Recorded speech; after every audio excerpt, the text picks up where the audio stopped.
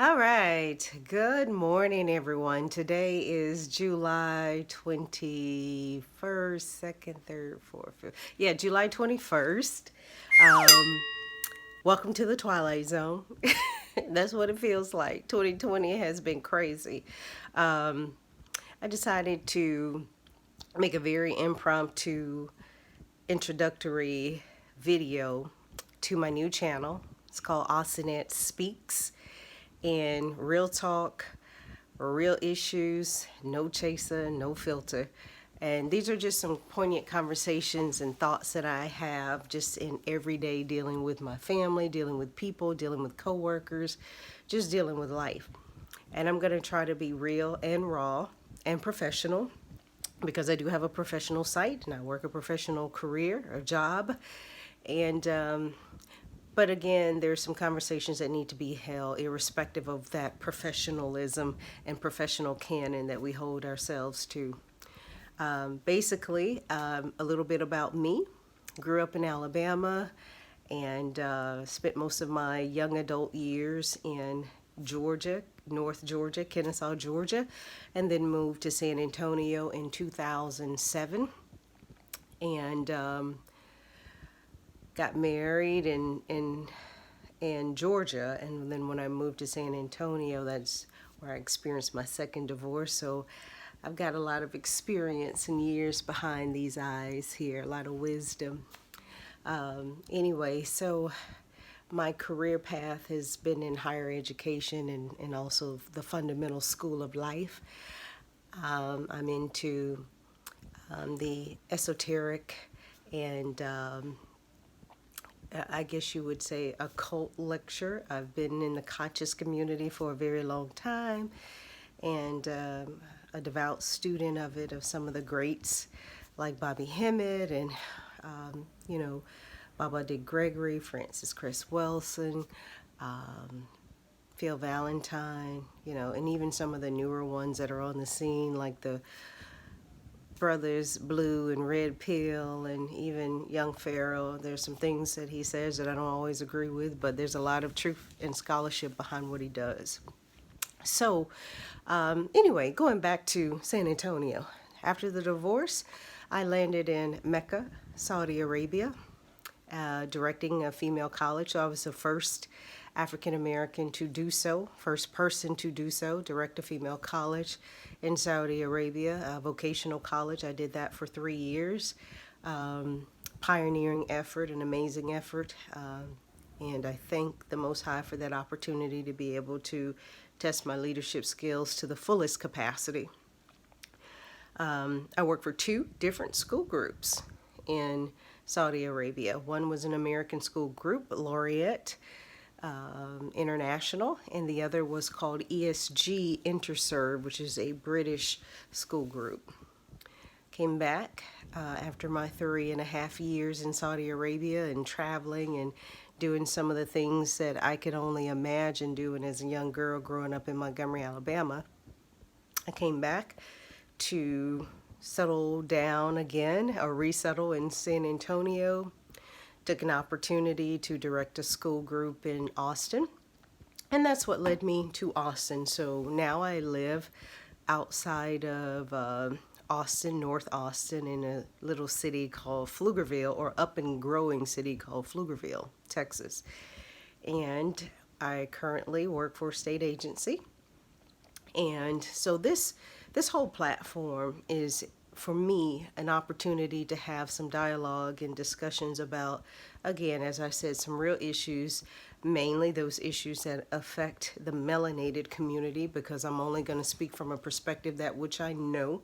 And anything else to me is, I guess, a secondary source of information. Oftentimes when we hear things about our behaviors or patterns of behavior, it's usually in the context of people who don't look like us. So the data and the they say, whoever they are, usually aren't taking into consideration melanated people and our mores. So, and some of the things that we do are just outlandish, foolish, and we're going to talk about it. So this is what Asenet Speaks is about. Some issues might be related to parenting or just living in a multi-generational home, which I do. I live here with my mother. Some issues might be very sensitive, but we just want to be real. We want to have conversations that bring about healing and furthers the discussion to facilitate healing if it doesn't bring about healing directly. And some of the experiences are my own. I will say majority of them are, but the perspectives may be things that, you may hear perspectives from me that are shared that very much resonate with you, and you're just like, okay, I don't want to say it, but let me send this video to this person. So one of the first things we want to talk about today before I go on my walk, run, ride, because when my bike gets too heavy for me to pedal, I'm going to push that shit right up the hill. But first thing I want to talk about is the culture that is prevalent amongst very successful, ambitious women who are attractive, who are doing well. They have a tendency to say things on Facebook, and I still subscribe to Facebook for different reasons, mainly just to check out the fuckery from time to time when I'm bored. But a lot of times you'll see things on Facebook where you see another woman saying, oh, wow, beautiful. You're so beautiful, sis. You're doing really well.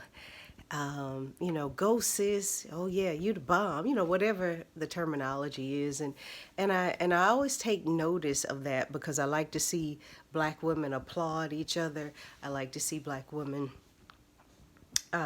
give each other credit, support each other. But oftentimes when you look at that, you look at, and I deep delve into situations, I always look at the person who's providing the compliment, and I always look at who they're complimenting, and to see if there's a relationship, to see if the compliment is actually sincere. I know that's messed up, but that's what I do, because I am a student of life, and I look at these dynamics. And so when I see this, I'm like, okay, this is a beautiful woman giving a compliment to another woman. And I'm like, okay, that's good, right? That's always good, you want to show love. However, what I find interesting is that we're very reluctant to give a compliment to a woman whose beauty perils our own, or is perhaps even perceived a woman to be perceived more beautiful than we are, or prettier, or more successful. It's something innate that happens, a mindset. It's like, okay, I'm going to give kudos, a big shout out to her because she ain't as pretty, or she ain't as popping, or she ain't as this. But if she was, her ass would never hear from me. I'm just going to scroll through like I don't see that she popping, or I don't see that she pretty. Because it's okay for you to be good, but I dare your ass to be better than me. That's the attitude that appears to be prevalent in our community among successful black women. It's like, okay, you cute, and I'm gonna give you credit for being cute, but if I ever think, or if anyone ever thinks that you cuter than me, your ass won't be getting compliments anymore. So I see that a lot. It's kind of like, okay, as long as you're the underdog, it's fine. But if your ass gets up, then I'm going to ignore your brilliance. I'm going to ignore your beauty. I'm going to ignore everything about you that intimidates me, because I'm afraid of what it might mean to me if you're juxtaposed against me, or if you're standing against me. Would you be my equal, or would you be perceived better? We still have problems with that. We still have problems with success and upward mobility in terms of acknowledging it when someone is emerging or has succumbed your own success. It's hard for us to show love to people that was once here and now they're here, or they're here. It's very hard for women to do that. I don't know how it is in the male community. I'm hoping my ex-husband will shed some light on that. But with women, we can always dab up somebody below us, but it's hard as hell to give credit to someone who is in our same genre. And don't get me wrong, it's easy for a younger woman to, I'm sorry, an older woman, and I consider myself, I don't know what I am, middle age. I'm uploading chapter 46 real soon. But let's say, for example, me. It's easy for me to big up a younger woman who's in her 20s or 30s because, technically that's not necessarily my realm. That ain't even my speed. So, girl, if you fine and you cute, you got it going on, much love to you. You the bomb. You got it, whatever. But let it be someone, for example, that's 46 and fabulous and fine. How often are we stacking ourselves comparatively against that individual? And if that individual's stack is a little higher than ours, we're like, I don't see that hoe. I don't see her. I don't see her, or I'm not going to acknowledge anything about her. And I don't want my friends to either. And my man better not for sure. But, whatever. So it's kind of like we're constantly evaluating ourselves against the other woman, against the next woman. And we don't mind giving praise or props or adoration if she's seen as less adequate or doesn't stack up quite to who we are, doesn't threaten who we are. But why are we so threatened? Why are we so threatened by another woman's queendom? Or another woman's brilliance or greatness? There's room for all of us, and I know that sounds cliche-ish, but the fact that you pretty don't threaten my pretty. What you eat don't make me shit. We still have to understand that the underdog doesn't have to be the underdog forever. If you're truly about uplifting your own, let them climb up. Give them the space and the praise and the authority and the right to do so. It's going to happen. The first shall be last, and the last shall be first. So you're not always going to be on top of your damn game. And there are going to be times when there are those that you helped up. They may surpass you in different things. It could be education, it could be salary, it could be prominence, it could be starting a family, traveling, different things. Be okay with it. Be okay with it. Don't freaking disappear on a person just because, hey, you coming up in the game, so, before I acknowledge that, I'm just going to act like I don't see your ass. Why? Why they do that? But, it happens a lot in the melanated community. We just need to check that. Check that. Don't worry about whether or not someone is going to threaten your status. You don't have it for real. We live in a weird paradigm where we think that things create happiness or joy or success, and they don't. And we're really consumed with the superficiality of what one looks like, in terms of really evaluating the nature of the relationship, the character of the person, and how you can benefit from being in a fruitful exchange with someone with knowledge, with wisdom, with wealth, and even power. You want to, at a certain point in your life, align yourself in relationships with people that are like-minded. They're going somewhere, they understand your perspective, and they understand the fact that you are going to attain things and they are going to attain things at different levels and at different intervals, and they're not threatened by it. They're not threatened by it. There's so many intelligent women in the world today that appear to be threatened by the fact that their peer groups are emerging. That's why they say success brings new levels brings new devils. And it's all because of that mentality of Sis, I want you to have, just don't have more than me. Sis, it's all right if you travel, but don't go places I've never been. Sis, it's good that you got somebody, but don't let them be better than the somebody I have. You know what I'm saying? Everything is in context in relation to self. And when we get outside of that, and that requires a whole level of maturity, a whole level of spiritual enlightenment that most people aren't ready for. We're shifting into that paradigm, whether we want to or not, for many of us. But there's some of us that are just going to be left the hell behind because you're still stuck on stupid. You're still stuck on self. I'm just looking in here at what's going on here. We got to work this out.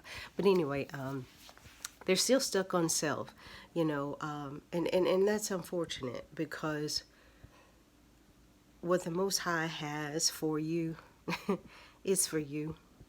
Whatever that looks like, it's for you. Whatever that feels like, it is for you.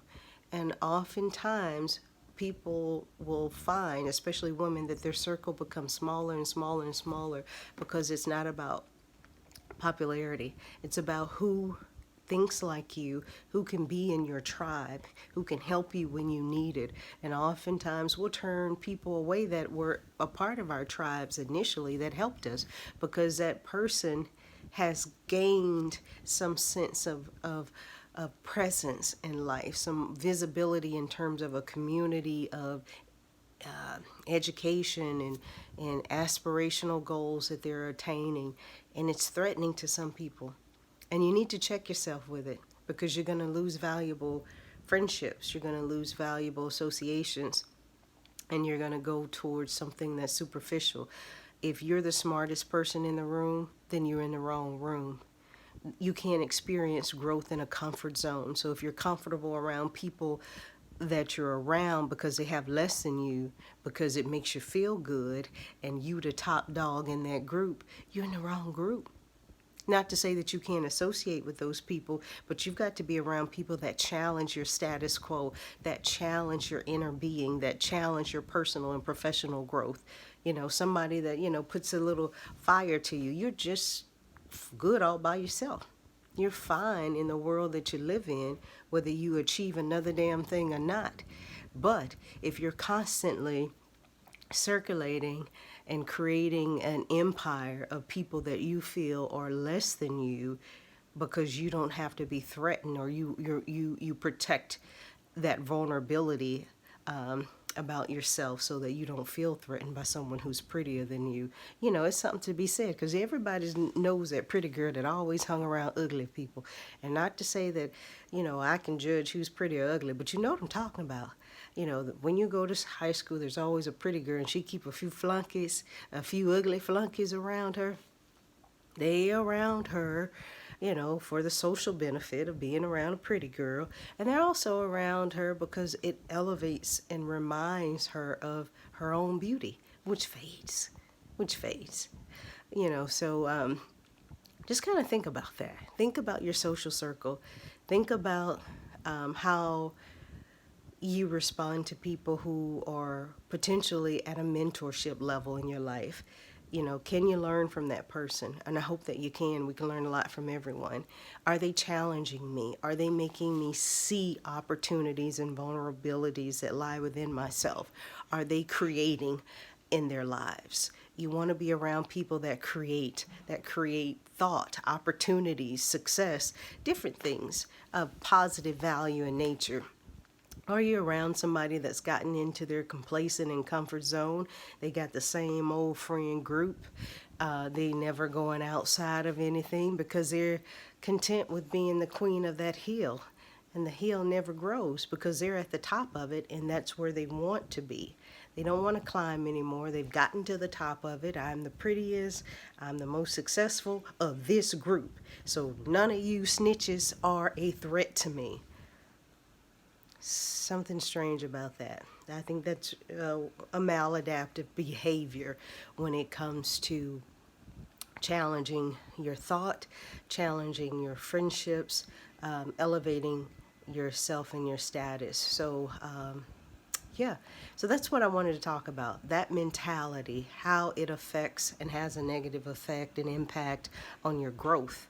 You can't be on top of your game unless you surround yourself with people that, make your comfort level uncomfortable, that shakes your comfort level. It's all right to be comfortable in yourself. That's a wonderful thing. You should have that. You should strive for that and attain it. But it's one thing to say, I'm going to stay in this modality because I'm afraid of what it might mean or reveal about myself. Meaning, if I step out of this comfort zone, I might realize I'm not as smart as my peer group.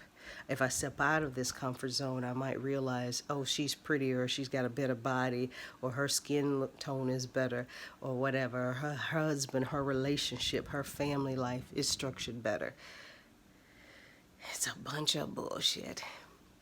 It's a bunch of bullshit. So I just challenge you to kind of elevate your thinking. This is what this conversation is about, elevating your thinking, not calling anyone to the table or saying anything explicit, because if I wanted to, I would. But in this case, I'm just observing behaviors that are prevalent in our community. I've witnessed behaviors like this, and we need to change the way that we think so that we can grow together, right? That's real talk. No chaser, no filter. Thank you for tuning in on our impromptu introduction, and I look forward to sharing more content with you, and we're going to jazz it up a little bit. This is just me, wanting to break the ice, because if I don't start now, I'm never going to do it. I'm going to push this shit in the back burner and never come back to it. And so we'll jazz it up with an intro and an outro and all these wonderful things that happen in the video editing world. I just wanted to kind of talk off the fly on something that I've noticed just scrolling through Facebook fuckery, and just wanted to hear your thoughts on it. So if you would, drop it in the comments below. Subscribe if you would like to, share if you would like to, thumbs down, thumbs up, all that good shit.